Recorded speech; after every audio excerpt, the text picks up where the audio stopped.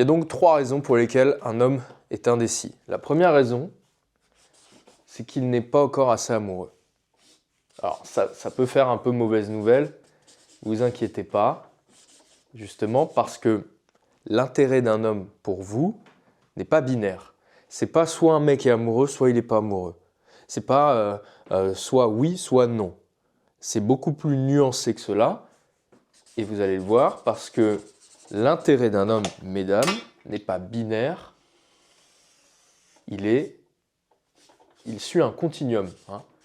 Vous pourriez le poser sur une frise comme ça, entre 0 et 10. Alors, évidemment, c'est réducteur, mais c'est beaucoup moins réducteur que de dire oui ou non. Parce que souvent, je vous entends au téléphone et vous me dites « Oui, Léo, on a couché ensemble, il devait m'envoyer un message, il ne l'a pas fait, il n'est pas du tout intéressé, c'est mort avec lui, next, on passe au suivant. » Mais ce n'est pas une bonne approche, parce que ça, c'est partir du principe que son niveau d'intérêt, il est à 0. Et la vérité, c'est que c'est assez rare, mesdames. Enfin, c'est même impossible que vous... Enfin, si, on va voir justement. Il y a 2 cas de figure où ça existe, mais c'est très très rare de coucher avec un homme qui a un niveau d'intérêt pour vous qui est proche du néant. C'est très rare pour une raison assez évidente. C'est qu'un homme, lorsqu'il couche avec vous, il a investi de l'énergie, il a investi du temps. Il n'a aucun intérêt à juste coucher une fois avec une femme et ne plus jamais la revoir. Donc pour qu'il n'ait plus du tout la motivation de vous revoir, il faut vraiment qu'il y ait eu une motivation et une conviction et un investissement au départ très faible. Alors vous pensez à quoi quand je vous dis ça? Vous pensez probablement effectivement à des cas exceptionnellement rares, enfin peut-être pas exceptionnellement rares, mais des cas assez rares. Le cas de figure où vous rencontrez un homme par exemple en boîte de nuit, 5 h du mat, il est torché, vous rentrez avec lui, il ne sait pas vraiment à quoi vous ressemblez, il n'a pas vraiment eu le temps de s'investir, il y a 0 conviction là-dedans. Le lendemain matin, on se réveille, on se dit « Merde, qu'est-ce que j'ai fait ?» Donc là, effectivement, ne m'appelez pas dans ce cas de figure. Vous êtes très probablement ici sur un niveau d'intérêt qui est très bas. Il y a un deuxième cas de figure similaire. Lorsque vous discutez avec un type sur une application de rencontre et qu'il vous propose de venir directement chez lui, particulièrement le soir, c'est juste pour tirer son coup, il y a de fortes probabilités que le lendemain, il ne vous rappelle pas. Parce qu'il ne savait même pas, je veux dire, il a vu une photo de vous, mais ce n'était pas vous qui comptait, c'était surtout son envie de libérer une tension sexuelle, de se libérer d'une tension sexuelle. Donc ça n'a rien à voir avec vous. Et effectivement, le lendemain, il peut se dire, bon bah voilà, c'était juste pour me libérer, donc on passe à la suivante. Bref, ce sont des cas exceptionnels et je tiens à vous rassurer, vous n'êtes très probablement pas ici, mesdames. Si vous l'étiez, passez à autre chose, ne regardez pas 150 vidéos sur le sujet. Non, nous on va s'intéresser à quelque chose de beaucoup plus nuancé. Là on est donc sur ma frise du niveau d'intérêt et si vous êtes là par exemple, là ici on est entre 8 et 10. Là il se passe quoi? Bon, si vous êtes ici, c'est que vous n'avez aucune raison de regarder cette vidéo, votre mec il est amoureux, son niveau d'intérêt est fort, il va s'engager auprès de vous. Nous, ce qui va nous intéresser, c'est cette partie-là. Et c'est ici même qu'on va trouver Monsieur l'indécis. Il se trouve ici. Et ça, mesdames, de situer l'homme indécis dans cette catégorie-là, ça va vous permettre de beaucoup mieux comprendre la psychologie du mec indécis. Le mec indécis, ce n'est pas un trait de personnalité. D'accord? C'est avant tout, la plupart du temps, un niveau d'intérêt qui n'est pas assez élevé pour vous. Il y a d'autres raisons qu'on verra plus tard et c'est pour ça qu'il faut que vous regardiez toute la vidéo parce qu'on va voir aussi les 2 autres raisons, le problème de timing et les névroses. Voilà. La deuxième chose que j'aimerais que vous compreniez, mesdames, c'est que le niveau d'intérêt d'un homme, pour vous, il n'est pas absolu. Il est relatif. Relatif aux alternatives féminines qu'il a dans sa vie. Et ça, c'est extrêmement important à comprendre aussi. Parce que vous pourriez être au top du top s'il y a une autre nana, une autre femme dans son champ de vision, son niveau d'intérêt pour vous va diminuer. Vous pourriez être la 9 sur 10 à ses yeux, là, à l'instant T, mais s'il y a une autre femme dans son champ de vision, qui est à peu près au même niveau que vous, on va dire, mais elle pourrait être un peu moins bien, elle pourrait être un peu au-dessus. Mais ça va inévitablement faire baisser votre valeur à ses yeux, la perception qu'il a de vous.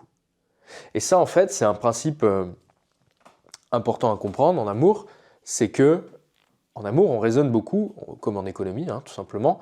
Et il y a un principe en économie qui est important à comprendre, c'est le coût d'opportunité. C'est-à-dire, si j'investis sur tel actif, à quel autre actif je renonce? Si j'investis sur telle femme, à quelle autre femme je renonce? Et plus j'ai de femmes dans ma vie autour de moi, pas forcément avec qui je couche, mais plus j'ai de femmes qui me regardent, qui sont là à côté de moi, au boulot, je vois des regards dans la rue, etc., plus mon coût d'opportunité est élevé. Plus je vais devoir renoncer à beaucoup si je m'engage auprès de vous. Et donc, ça fait baisser le niveau d'intérêt que j'ai pour vous. Parce que ça me coûte beaucoup plus cher. Je renonce à beaucoup plus de l'autre côté. Donc, vous n'êtes jamais évalué de manière absolue, indépendamment de son contexte, de son environnement. Vous êtes évalué en fonction des autres femmes, des alternatives féminines qu'il a dans sa vie. Et c'est important à comprendre pourquoi. Si votre mec, si cet homme auquel vous pensez dans cette vidéo, si ce mec, il est beau, il est charismatique, il est gentil, il est agréable, il a de la conversation, tout ce que vous voulez, il y a de fortes probabilités que vous ne soyez pas la seule à le trouver charmant, ce mec-là. Vous n'êtes pas toute seule. Et très souvent, les critères sont objectifs. Alors ça, c'est un autre principe que vous devez comprendre, c'est que souvent, vous pensez être la seule à le trouver attirant, ce mec-là. C'est probable que vous ne soyez pas la seule et qu'il y ait d'autres femmes autour de lui qui le trouvent attirant pour les mêmes raisons que vous. Même si vous croyez que vous êtes différente, unique, non, non, non, non. Il y a de fortes probabilités pour que ce sentiment de connexion que vous ayez avec lui, il y ait d'autres femmes qui le ressentent. Ça ne veut pas dire que c'est faux ce que vous ressentez. Ça veut juste dire que vous n'êtes peut-être pas la seule, parce qu'il y a beaucoup de ressemblances entre les femmes en ce qui concerne le désir pour un homme. Il y a des récurrences. Donc là où je veux en venir, c'est quoi? Cette explication, elle est là pour vous montrer que plus un homme est attirant à vos yeux, plus il aura d'opportunités féminines, d'alternatives féminines autour de lui, et il aura beau être l'homme le plus gentil du monde, s'il a d'autres opportunités, elles vont rentrer dans la balance. Et le coût d'opportunité sera plus élevé, et donc son niveau d'intérêt pour vous, il diminue mécaniquement. Vous y pouvez quelque chose, mais vous ne pouvez pas contrôler les femmes qui sont autour de lui. Et donc plus un homme est attirant, plus il y a d'alternatives féminines autour de lui, moins il sera pressé. Et donc typiquement, c'est le genre de mec, il hésite. Il est exactement ce que le mot décrit là, il est indécis, il hésite, il ne sait pas, est-ce qu'il ne peut pas trouver mieux? Est-ce que ça ne sera pas mieux avec Juliette? Est-ce que ça ne sera pas mieux avec Josiane? Est-ce que il ne devrait pas temporiser un petit peu? Attendre. Il est très bien avec vous là. Il n'y a que avec vous qui couche, probablement. Hein. Il est super bien, ça se passe très bien, il y a une belle connexion. Il le voit bien, il le voit comme vous. La seule différence, c'est que lui il se dit que peut-être qu'il pourrait trouver mieux. Et qu'il n'est pas pressé. Vous n'êtes pas sur le même rapport au temps. Donc, on verra tout à l'heure comment faire, justement, pour changer ça. Mais déjà une chose, soyez patiente. Ne mettez pas la pression sur ce mec-là, ça ne sert à rien. Okay. Alors, il y a autre chose qui peut rentrer dans ce calcul du coût d'opportunité. Je vous ai dit, plus il y a d'autres femmes, plus il y a d'alternatives féminines, plus le mec renonce à beaucoup, plus il sacrifie beaucoup de choses pour être avec vous, donc ça coûte plus cher, entre guillemets, mais il y a aussi sa carrière à laquelle il pourrait renoncer. Ce qui nous amène à une deuxième raison pour laquelle un homme peut être indécis, c'est le timing. Et particulièrement là, alors le timing, ça peut être effectivement parce qu'il sort d'une relation longue, il n'est pas prêt, et en plus de ça, on est encore une fois dans ce que je décrivais là, face à un homme qui a des alternatives, il a un niveau de sa vie où le gars, il vient de sortir d'une relation longue et il se rend compte soudain qu'il plaît aux femmes, vous arrivez pile au mauvais moment, voilà, le mec il est resté 10 ans avec la même femme et là soudain il voit les nanas qui le regardent, c'est pas le bon moment, quoi. Là il va vouloir en profiter, il va vouloir rattraper le temps perdu, c'est probablement le pire timing pour se mettre en couple avec un homme ou pour tomber amoureuse d'un homme. Hein. C'est ce que j'appelle la phase d'épiphanie, où le mec réalise soudain qu'il plaît. Voilà. Ça, mauvais timing. Il y a un deuxième mauvais timing dont je voulais vous parler. Comme je vous ai dit, donc, le coût d'opportunité peut être aussi de devoir sacrifier sa carrière. Et les mecs, ils ont souvent ce dilemme qui n'est pas forcément réaliste, rationnel. Le dilemme femme ou... ouais, on peut mettre cash, quoi. Là, je simplifie. Hein. C'est soit une femme, soit ma carrière. Les mecs ont tendance à opposer les deux. Soit je peux pas faire les deux. C'est soit je m'investis sur ma nana, soit je m'investis sur le taf. Là, en ce moment, tu comprends, j'ai ma carrière, je peux pas me permettre de passer du temps à droite à gauche avec toi. Je peux pas t'offrir ce que tu veux. Et c'est sincère, vous êtes dans le problème du timing. Alors typiquement, ça va toucher les mecs, on va dire les jeunes, les personnes assez jeunes, donc la trentaine, qui sont encore chauds. Qui savent ils sont au début de leur carrière, où ils sont à un niveau charnière, à un moment charnière de leur carrière, où ils doivent fournir beaucoup d'efforts pour être promus, pour augmenter leur rémunération. Bref, c'est le moment où il faut envoyer du lourd.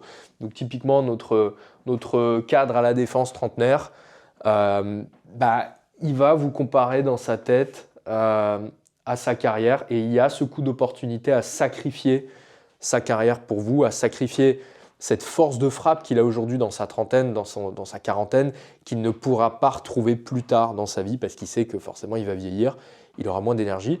Donc vous pouvez être confronté à ce type d'homme, et dans ces cas-là, s'il est coincé dans ce dilemme femme vs soit ma femme, soit ma carrière, c'est chiant, mais ça pour moi, ça passe par une communication.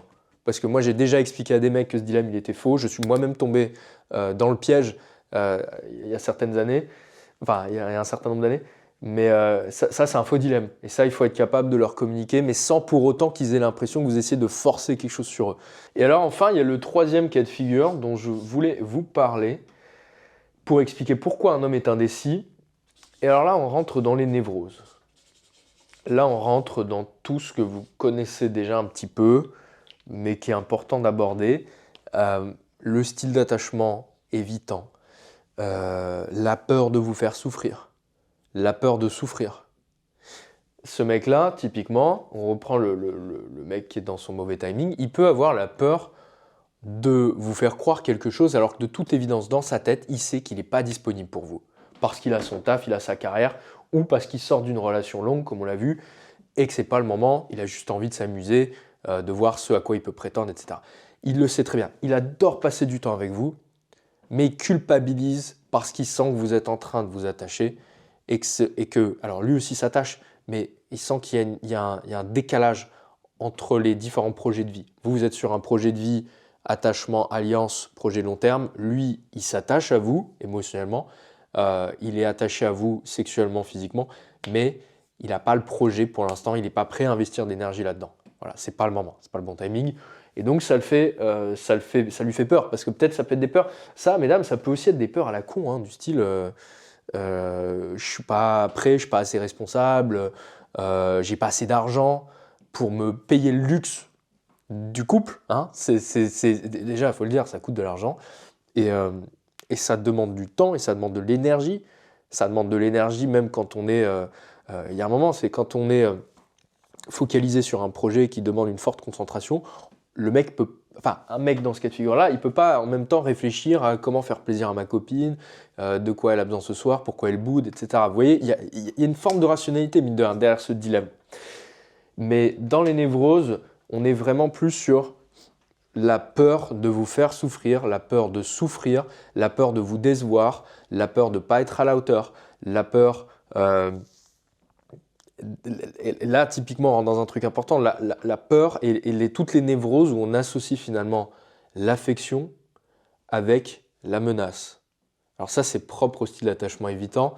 C'est lorsque on a été conditionné durant l'enfance à associer l'affection, le besoin d'amour, les comportements de figure d'attachement qu'on a eu avec sa mère, tout cela a été associé à une menace. Pourquoi ? Parce que lorsque l'enfant qui a développé plus tard un style d'attachement évitant, lorsqu'il était gamin et qu'il avait besoin de la figure d'attachement pour rééquilibrer les émotions négatives, pour casser les variations émotionnelles, hein, c'est ça, quand on est bébé, on délègue à la maman la gestion de nos émotions. Mais parfois, la maman, elle n'est pas disponible, ou alors la maman, elle réagit pas très bien, ou genre on met la faute sur la mère, la pauvre maman, elles ont bon dos, les pauvres mamans.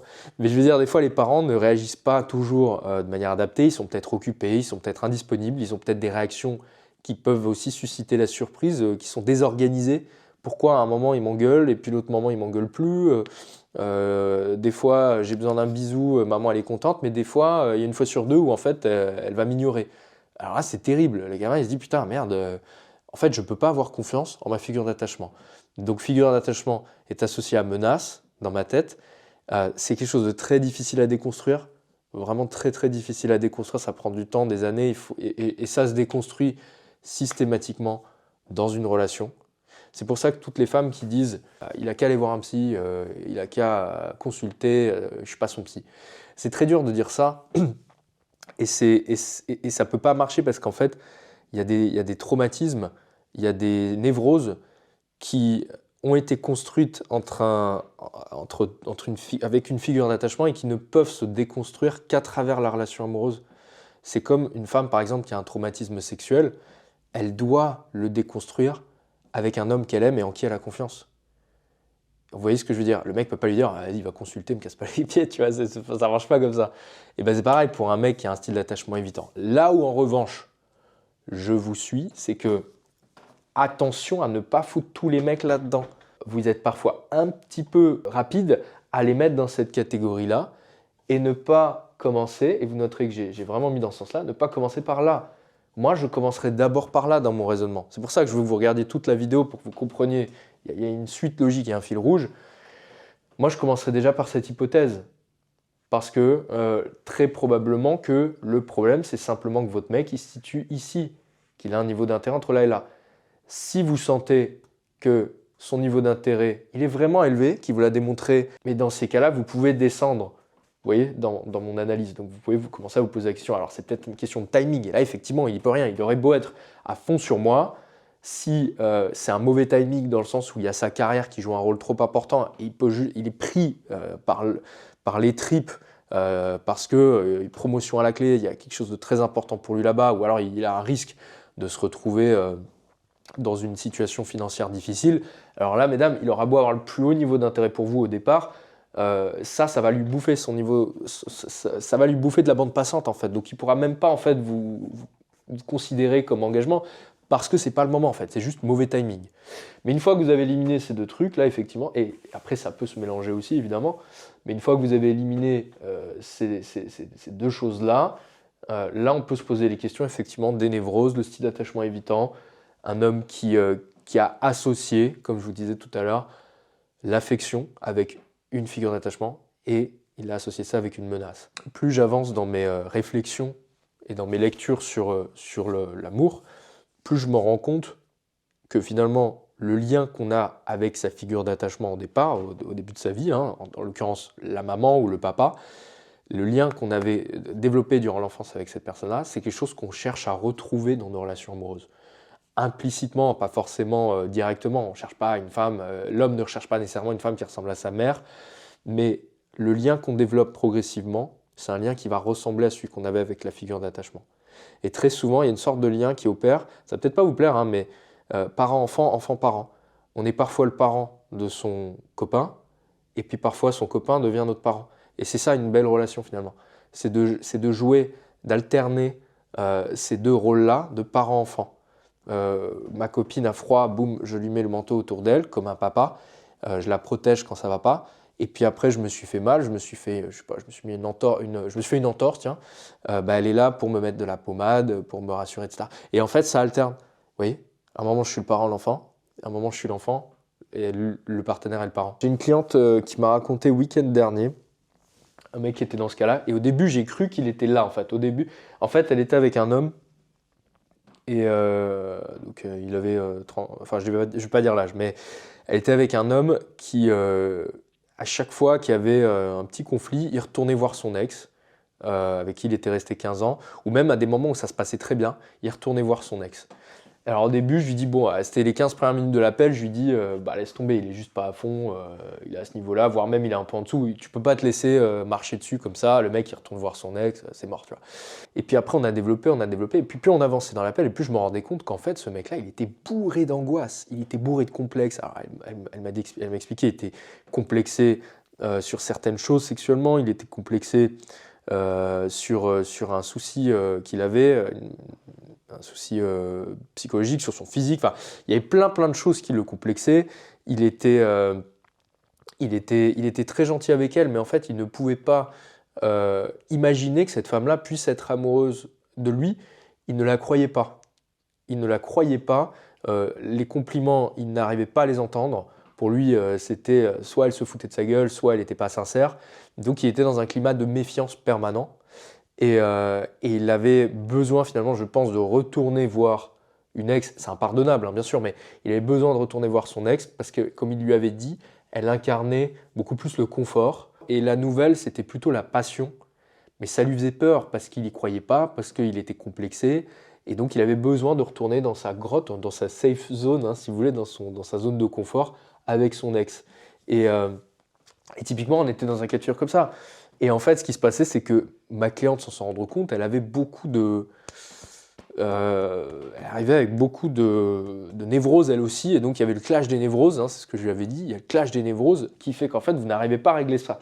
Là, vous êtes là tous les deux, à vous méfier l'un de l'autre, à exprimer une certaine forme d'agressivité parfois. Et du coup, ça ne peut pas coller. En fait, la connexion, elle ne pouvait pas passer. Il y avait un énorme potentiel parce qu'ils avaient une très belle relation, il y avait beaucoup de désir, il y avait beaucoup d'amour, mine de rien. Mais il y avait ces moments-là aussi où ça clashait et où le mec, il décidait de repartir dans sa zone de confort parce que c'était trop anxiogène pour lui. Et ma cliente, c'est pareil, c'était anxiogène pour elle. Donc, on était typiquement là-dedans. Et là, effectivement, bah, comme je l'ai expliqué, ça ne peut se résoudre, ce problème, que à travers la communication. Et la communication, c'est pas juste les mots, c'est aussi la manière de le dire. Et il fallait commencer par parler et s'exprimer avec plus de douceur. Parce que c'était ça le problème, il y avait trop de nervosité des deux côtés en fait. Et ça, c'est tout ce que je développe dans communication fusionnelle. Cliquez en bas si ça vous intéresse, j'ai toute une formation là-dessus pour vous expliquer comment communiquer avec l'homme de vos rêves pour faire en sorte non seulement de créer un pont émotionnel entre vous deux, mais aussi de faire valoir vos intérêts. Parce que c'était pas tout, ma cliente, il fallait aussi qu'elle pose ses limites. Hein, le mec qui retourne voir son ex, c'est pas bon. Aussi évitant, névrosé soit-il, on ne peut pas accepter un truc pareil. Donc il faut calmer le jeu, calmer la communication, faire en sorte que le lien émotionnel puisse se remettre en place, mais en même temps poser ses limites. S'il n'y a pas de limite, c'est la foire à la saucisse, c'est pas bon.